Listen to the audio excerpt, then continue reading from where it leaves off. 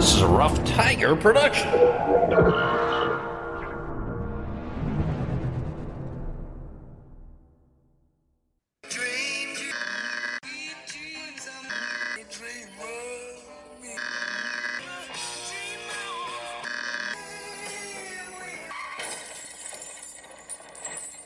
And you, and you, and you, and you were there. Some of it wasn't very nice, but most of it was beautiful. Here we go. Here we Here we go. go. Hello, welcome to Dream Idiots. My name is Morris, and the other fella is named Bryan, but he probably already knows that. We've had our first episode debut on 101.5 KXEP in San Antonio, Yeah. part of the Empower House family last Friday. So that was a big deal. Yeah, And pretty cool. we should know the new schedule for our regular time there if you're a San Antonio listener soon, right, Bryan? They were supposed to confirm that. We're have not heard about that. I think it is Tuesdays and Fridays at 7 p.m. and 11 p.m. But I'm not certain of that. You can actually download the Empower House app on all the usual app platform thingies that are out there. Empower House 101.5. If you're not in San Antonio and want to hear us on the radio versus the podcast version, you can do that. And as usual, if you on whichever platform you're listening to us on, if you can give us 5 stars and shoot us a review, that would be helpful. And please like and share. And you can also check us out. We're on patreon.com/dreamidiots, dreamidiots.com, Facebook and Instagram at Dream Idiots, and drop us a line at dreamidiotspodcast@gmail.com. So there you have it. And we have no updates this week, except it was a spectacular overtime Super Bowl. I did watch the overtime. You fell asleep at some point, didn't watch it, I understand. I was bored by the first half. I was bored by the halftime show. I tried to get through the first half of the third quarter and realized, I'm tired. I'm going to bed. You missed a good in there. That was I'm spectacular finish. Who was in the game? What? My bursitis. Oh. You're so old that you remember when the forward pass was an illegal play. That's right. Yeah, congratulations to the Chiefs for winning another Super Bowl. Fantastic finish. Just a brutal loss for the Niners. But wow, Oh, well. what a performance. Best overtime game I think I've ever seen. Two teams kind of going down and doing what they did best. Really, really just incredible. As someone who had no horse in the race, that was and therefore absolutely no tension on me. Wow.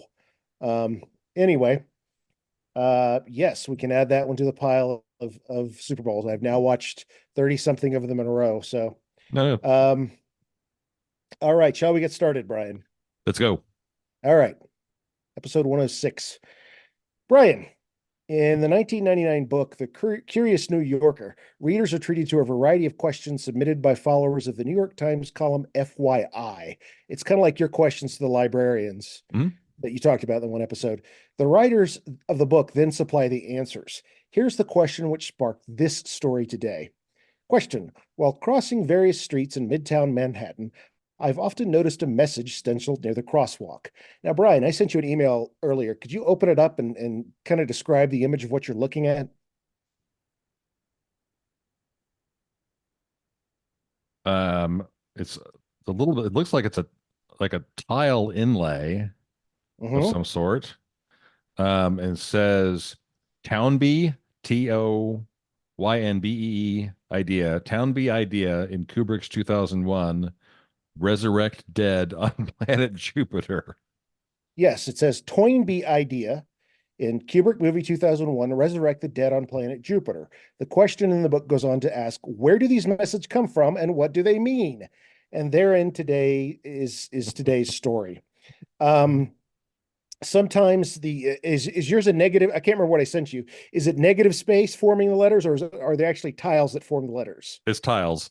Okay. Sometimes it's negative space that forms the letters inside the tiles. But these appeared starting in the 80s in eastern seaboard cities across the United States. Okay. near crosswalks and streets all over, mainly centered in Philadelphia. And I'm going to take you through some of the things that people think they mean. Let's start with Toynbee.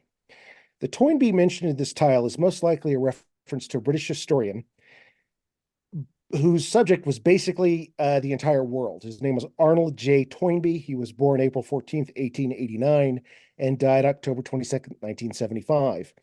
His work was highly regarded by fellow academics through the 1950s. I may have read some Toynbee at some point in my studies, the subject of which has been lost to time and bad memory. I would like to point out a few interesting areas of Toynbee's studies.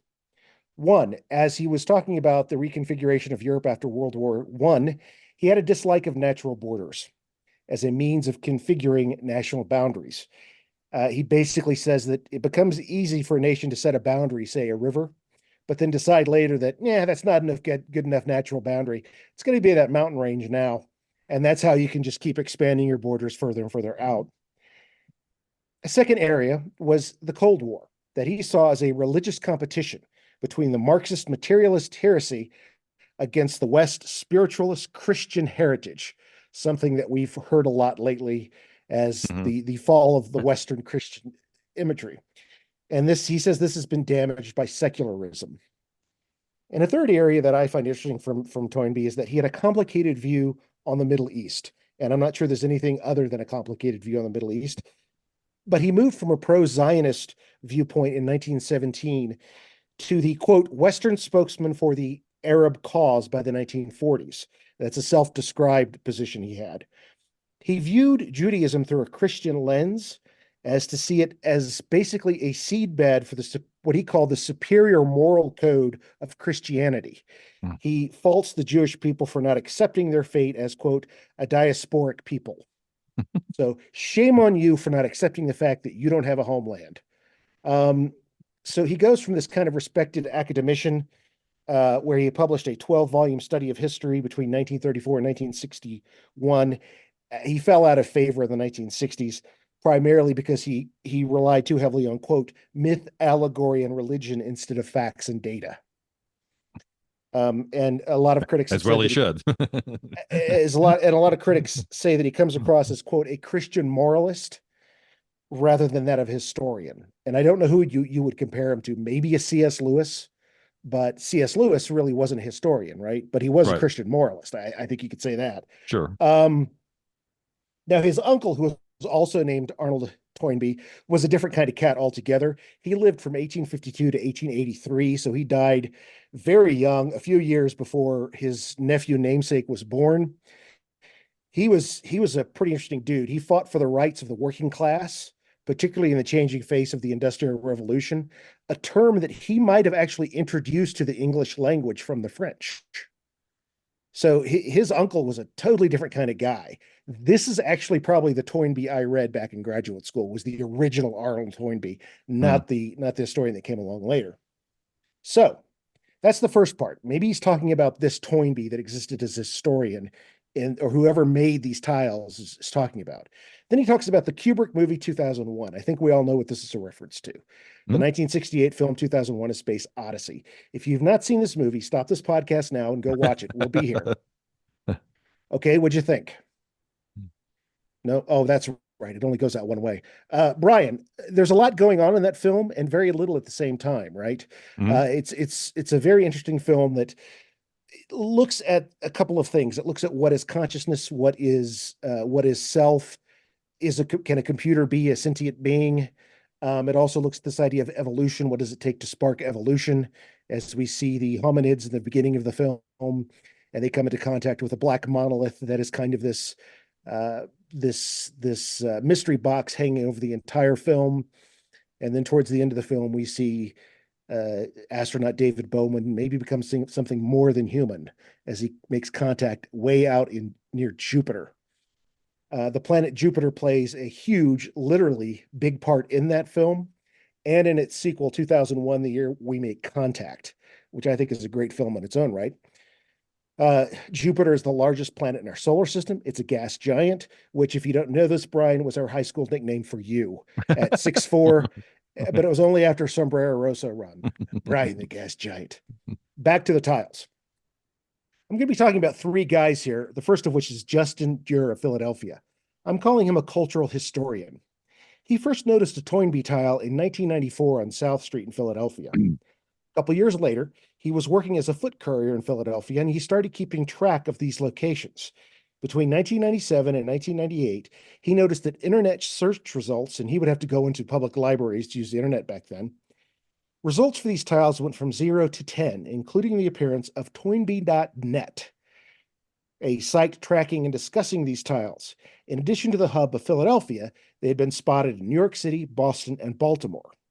They're usually near crosswalks, but there's a few near highway rest stops or even on the highways themselves, just out in the middle of the highway. There was even one in Times Square and another near the entrance to the Holland Tunnel. The majority of the information for this piece comes from a 2001 documentary film, Resurrect Dead, The Mystery of the Toynbee Tiles.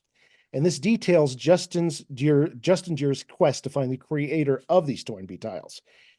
And he spends an amazing amount of time cataloging the different tiles he comes across, as does his colleague, photographer Steve Winnick. And you can find Steve's work online. It's really quite remarkable.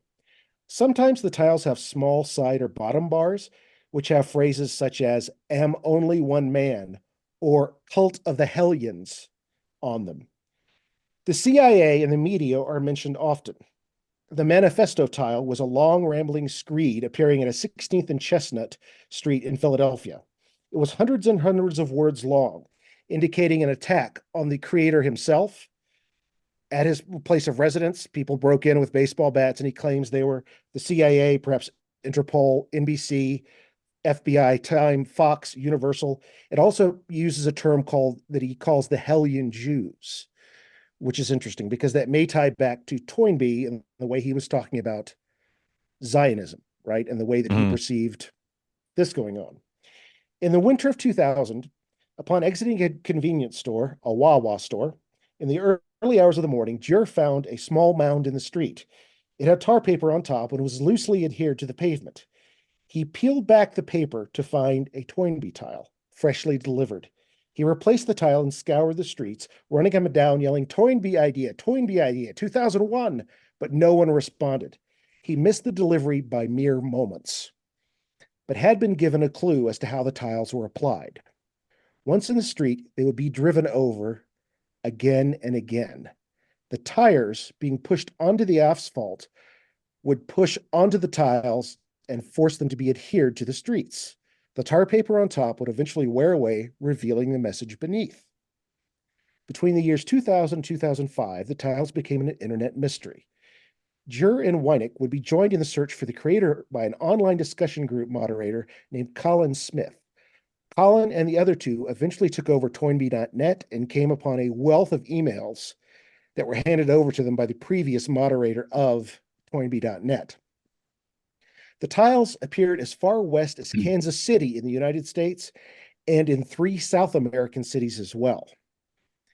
It was on the sidebars on one of these tiles where a clue was discovered. And here I'm going to go into some major clues.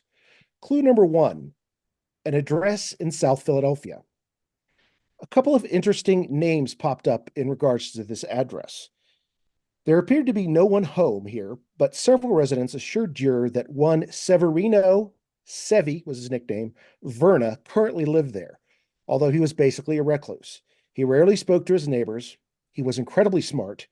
He'd gotten some noise complaints lodged against him, and there was some conflict over that. He drove a car in serious needs of repair, recognizable by its huge Texas flycatcher antenna. We've all seen those at one time or another, the big, just 8-foot tall antennas, and a rusted out frame, the floorboard missing most on the passenger side. A previous tenant, Julius Piroli, aka Railroad Joe, had lived there for many years and coincidentally worked for Conrail, whose western terminus was Kansas City.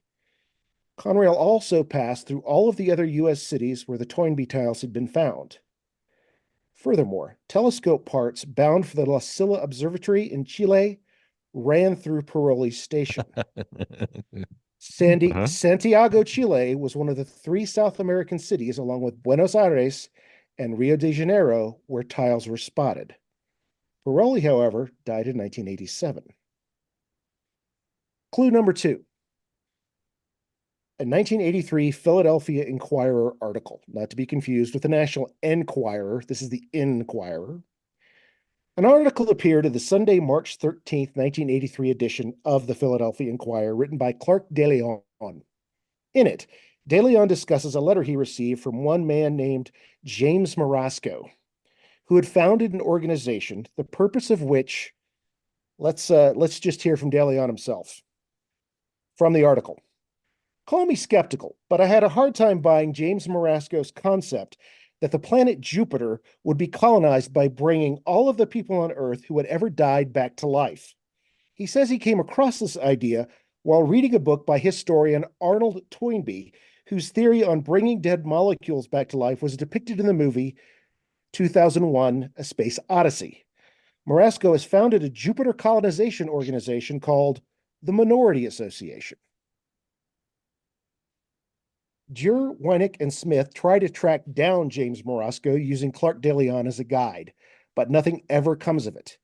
They find a couple people they think might be James Marasco, but it turns out it's not that guy. They decide that this James Marasco doesn't exist. If it existed at all, it probably wasn't as a real person. Perhaps an alias for someone. Now, Bryan, you're probably thinking, well, clue number 3 clearly has to be a play by David Mamet. And you would be right if you were thinking for that. David Lynch. No, it's David Mamet. Another hint at possible origins for the Toynbee idea came from a one-act play by David Mamet, one that he wrote in 1983 and published in 1985, titled Glenn Jim Glenn Henson. Coffee is for closers. Yay! Now, the play was actually titled 4 a.m., and it was about a conversation between a late-night radio host and a caller who discussed the idea of resurrecting dead molecules on the planet Jupiter, an idea the caller claims to have gotten by reading Arnold Toynbee. The dead molecules aspect only appears in the Clark DeLeon article, not in any known Toynbee tile.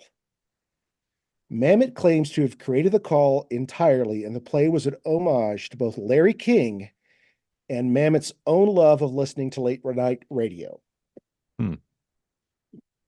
Clue number 4. The broadcast interruption. So while Jur and Weineck have been going around chronicling the different Toynbee tiles, Colin Smith, the third member of our little group, has been going through the vast email collection that's been collecting at toynbee.net. He finds an email from a guy named Joe Raimondo. One evening in 1985, Raimondo claims he was watching the 11 o'clock news in his home in South Philadelphia.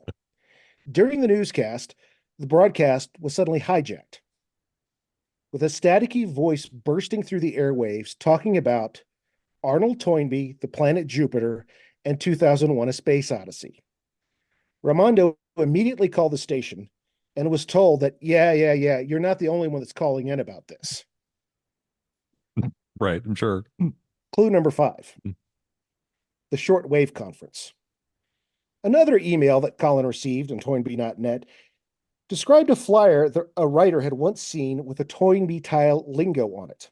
On the flyer, there was a 6.25 megacycle shortwave listing for tuning in for more information. Jur and the others attended a shortwave conference. Perhaps one of the old-timers there might remember hearing such a broadcast back in the heyday of shortwave pirate radio. Jur spreads the word via shortwave right there in the hotel and meets a guy named John Arthur. John claims that when he was in college, he was used as a mail drop for a shortwave radio pirate in the early 80s, but he can't remember the guy's name. Colin Smith cues him. Was it a group called the Minority Association? John recognizes that. He says, yeah, that does sound familiar. Colin Smith asks him again, Sevi or Severino? Without missing a beat, John Arthur finishes the name. Sevi Verna, he says. And there it is. Sevi Verna was making shortwave broadcasts about Toynbee, and this connects him to the Minority Association. Justin also gets an email from another shortwave aficionado with the great name of Euless Fleming, who used to listen to pirate radio stations as a kid. Fleming remembered hearing the Toynbee transmission and jotted down the P.O. box address given out over the air.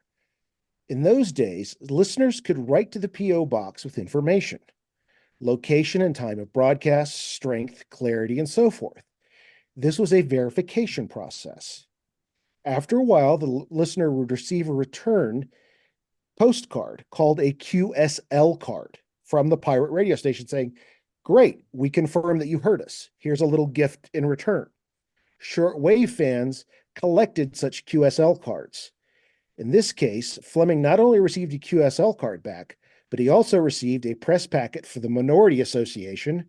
Remember, they're the Jupiter Colonization Organization, and a handwritten letter from James Marasco, aka Sevi Verna. The loop was closed. Verna was the Minority Association, had written Clark De Leon the letter, which formed the basis of the Philadelphia Inquirer article. Justin, Colin, and Steve return to Sevi's house. There's no response. But like a good puzzle coming together, they posit the idea of the identity of the Toynbee tile creator and his method for dispensing the tiles. Sevi Verna, they think, would drive through Philadelphia neighborhoods at night with his shortwave radio on, broadcasting his message from his car, which would interrupt broadcast transmissions such as over-the-air TV news as heard by Joe Raimondo. The interruptions would appear as a wave from house to house as he drove down the street. Then, as he found a suitable spot, he would drop a tile on a busy street through the hole in his rusted-out passenger side floorboard, where the traffic would take care of the rest of the tile installation process. It's a neat bit of detective work, and although it's still primarily conjecture, it all fits together in my mind. A series of copycat tiles have appeared with regularity over the last 20 years. Tiles still pop up now and then. Check toynbeeidea.com for more information on how to tell an authentic one from a knockoff. In October of 2015, the Streets Department of Philadelphia officially recognized Toynbee tiles as street art and will save one or two if there is, quote, a fast and affordable way to do so. Sources for this story come from the Curious New Yorker, 1999, by the writers of the New York column FYI, Times Book of New York, Andrew Yoder's Pirate Radio Stations from McGraw Hill of New York, Resurrect Dead, The Mystery of the Toynbee Tiles in 2011 from Focus World, a Land of Missing Parts production, a film by John Foy, photos.stevewenick.com, toynbeeidea.com, britannica.com for the moralist quote on Arnold J. Toynbee, and Wikipedia for basic Arnold Toynbee and Arnold J. Toynbee info. And that is a brief look at the Toynbee tile phenomenon. Very, very cool. I've never heard of him before or about these tiles. That's completely new. I wandered around New York when I lived there trying to find one, but I think they were all gone by the time I was there. By the time you lived there, yeah. Super cool. I mean, so sort of like, but not quite. I love all the Banksy artwork. I mean, very much. Less of a I don't know. Yeah, it's similar but different, right? Clearly there's something going on in this guy's head that we'll never understand. These connections between what he's trying to say and what he thinks is going on. But Toynbee did talk about some of this stuff in a book called Experiences, about trying to bring dead molecules back to life. So there are some connections there. It's just one of those things where we're not quite sure what exactly he's saying. Mm-hmm. And the planet Jupiter, which is a gas, which, I mean, there's nothing solid there. So why is, I don't, yeah, whatever. Random conspiracy theory. Yeah, I don't know. Still super interesting though. That's cool. And they're definitely artistic because there's a whole bunch of different kinds. And Steve Winnick has a good piece on how to tell an authentic from a knockoff, which is good too on the website. So, and check out the ToynbeeIdea.net I believe has the full documentary. It's also available on YouTube. Resurrect Dead, The Mystery of the Toynbee Tiles. It's about 85, 90 minutes long. It's well cool. worth yeah, super cool. Very cool story. Yeah. Thank you. You bet. It's time for the Dream Idiot's curse word of the week. And as a change of pace, I actually have a curse word of the week for us. All right. And this comes from My brother Trenton gave me this word Okay, good. and I'm going to try French here because this is a French curse word. It's more of Hmm. a it's more of a series of phrases. It has to do with what some French say when you sneeze. Hmm. And this is for multiple sneezers. I personally sneeze in pairs. I usually sneeze once and then twice again. I know some people who sneeze 7 times, three That's times, me. so forth. I do the machine gun, right? With the first sneeze, you say "à tes souhaits," which means to your wishes.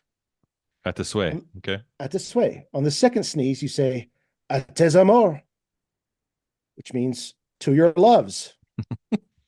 On the third sneeze, you say "fermez la base," which roughly translates to "shut the fuck up." Yeah.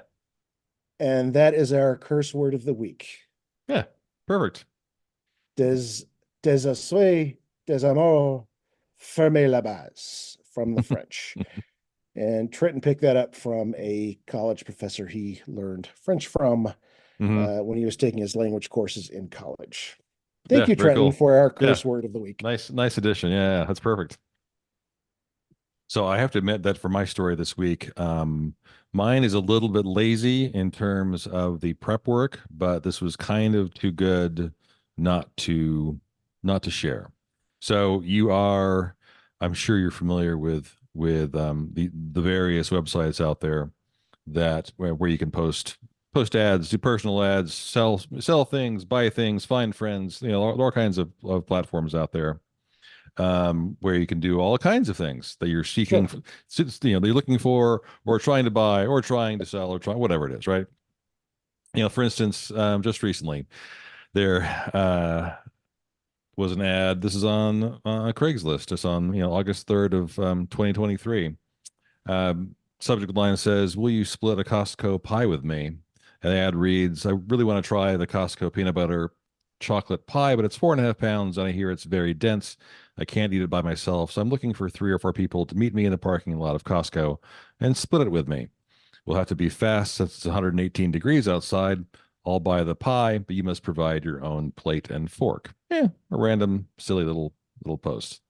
Another little example here: someone trying to sell a Winnebago, a 1988 um, haunted Winnebago Lacharo. Bought this RV as a means to travel with our family. New battery, but it needs a fuel pump. Tires are good, but it will need to be towed. Previous owner killed her husband and traveled in it before being caught and imprisoned. Still had the maps and receipts she used when we purchased it, along with Bible passages and murder mystery novels. Gerald (brackets the husband) close brackets haunts the back table and likes having morning coffee with whoever is around. So there are all kinds of things that are out there, and this is a story I'm calling farting open brackets Costco close brackets. So here we go. God. This is under the casual encounters section of Craigslist, dated August 3rd, 2014. I'm gonna get nice and close to the microphone because it is a personal ad after all. There we were, just enjoying a nice, quiet Saturday night at the movies. A slow mover, Linklater's Boyhood. Some popcorn, a few sodas. Nothing really happens in the film, we found. For about 90 minutes or so, we stare listlessly at the screen.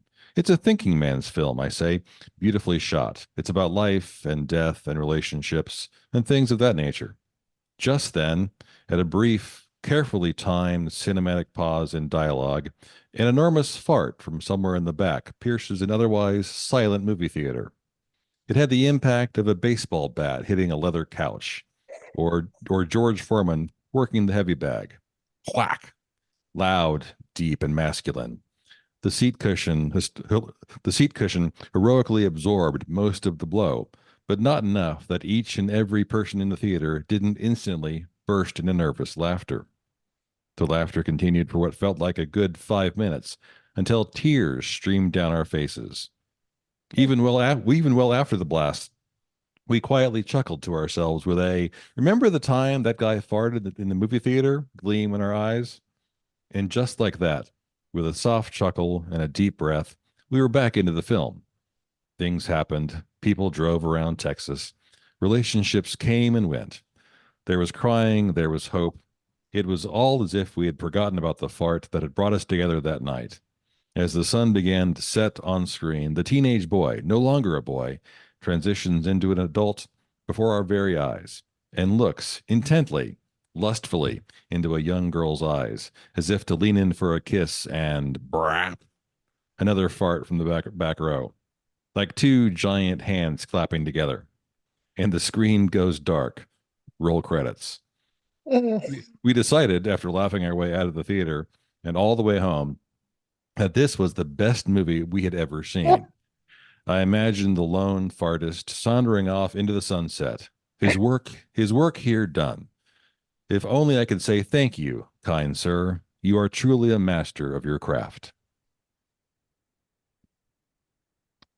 So that's a little ad from Craigslist called it was under casual encounters MW4M. So a couple seeking man, uh, title simply "You farted during boyhood." Um, but it gets better. Okay. How can it? You'll see. So one more ad, and this is a longie. This is not a quickie. This is a long, also Craigslist, June 4th, 2005. Title of this ad is "My Mom Farts." I don't know what it is. Maybe it has something to do with what she eats, but my mom has the deadliest farts ever. In my 31 years, I've yet to actually hear my mom drop the hammer, but the smell is so distinct and rotten that she's guilty the second she lets one rip. The thing is, she rips cord with the best of them at the dinner table, in line at Costco, Walgreens, Bourbons, Starbucks. It doesn't really matter. She has no preferences. It's green light, no holds barred. Every time she's confronted about it, she plays stupid, pretends like it's an accident, or she, quote, can't control it, unquote. I'm not buying that. In fact, I'll even take it a step further. I honestly believe my mom uses her toxic fumes as a form of entertainment. I think she gets off on it. How else can you explain stopping by Yummy Yogurt every single time she goes to Costco? My mom always farts at Costco. It's automatic. There hasn't been one single time where I've been to Costco with my mom and she hasn't farted. And let me tell you something. May God have mercy on your soul if you are standing directly behind her when she drops the Yummy Yogurt hammer on you. It's bad enough she could light up about 2/3 of the entire warehouse. But if she cuts loose and you catch it head on, you better man up and go pick out a huge jar of tomato sauce and a World War II German gas mask. It just ain't right. I'm not even sure Yummy Yogurt is to blame. She rolls through Costco, eating up all the free samples like she's competing in the Olympics. She'll load up on yogurt, cheese balls, cupcakes, orange juice. She'll even circle back through the store 2 or 3 more times until they finally notice her. Then she'll go get in line, and ultimately, it'll take about a minute before she breaks wind. But let me tell you something, that's when all hell breaks loose. You have to understand, the fart is so rotten that you can't even pretend you don't notice. It's unavoidable. It's like a human stink bomb. So, of course, everyone is standing in line wanting answers to the same question, which is, who farted? Everyone starts looking at each other like they're playing the board game Clue. This is actually my favorite part of going to Costco with my mom. She should get an Academy Award for every time she farts and then plays like she didn't do it. She'll start looking around. Everyone else is looking at each other. It's basically like Texas Hold'em. Some people even become animated and start pulling their shirts up over their noses. My mom just looks around like, oh dear, who farted? She knows it's her. The least she can do is apologize. The amazing part is my mom's ability to get her gas high up in the jet stream. Her farts have an unbelievable carry to them. It definitely runs in my family because my farts only have like a 2-foot radius to them. I'm lucky if someone smells one of my farts. My mom's farts are like towering, majestic Barry Bonds home run balls that land in McCovey Cove. The distance they cover is truly amazing. Then there's my dad, who has his own defense mechanism. I call it run for your life. The second my dad catches wind that his wife has cut the cheese, he makes a run for it. He'll be in the middle of a conversation and just bounce. he Carl Lewis's out the door as if he's being chased by this haunted golden brown cloud. The funny part is the minute my mom farts, my dad makes a run for it. 9 times out of 10, he looks like he's the guilty party.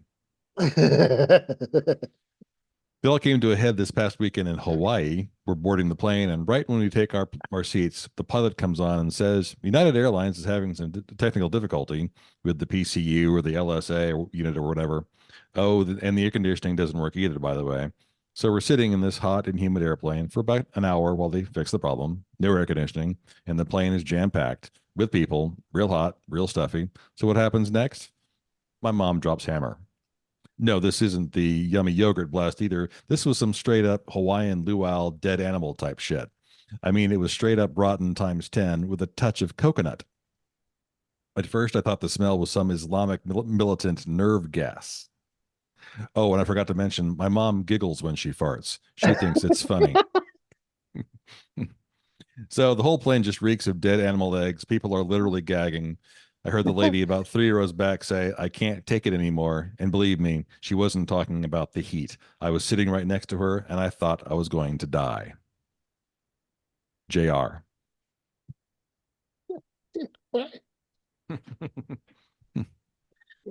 There you have it. Just something that made me laugh repeatedly.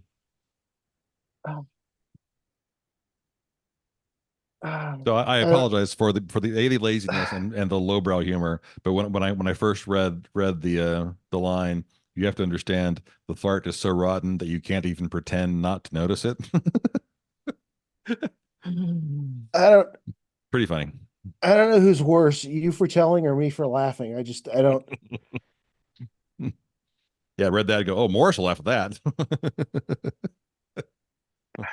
Oh. I'm really glad you didn't go first on this one because I couldn't have made it through. Yeah, this had to be a an even episode. This had to be a closer. Yeah, that's okay. Anyway, sorry, lowbrow stupidity from Dreamy Idiots this week. We have to be idiots occasionally. We can't just be all history and I don't even know eyebrow. where to. Brian, I don't even know what to title this one. Farting / Costco. Okay.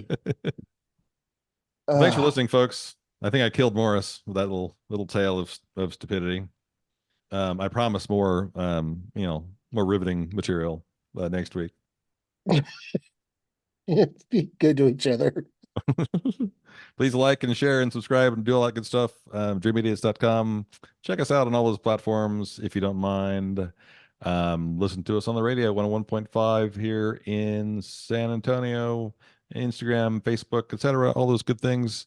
We appreciate you hanging out with us, and we're going to be back again soon. And my co-host, I think, is at death's door here. He's still laughing. We'll see it. We'll be back here again next week. Bye. This is a Rough Tiger production. Bong bong, Brian. Bong bong? Bong bong. Bong bong. Good.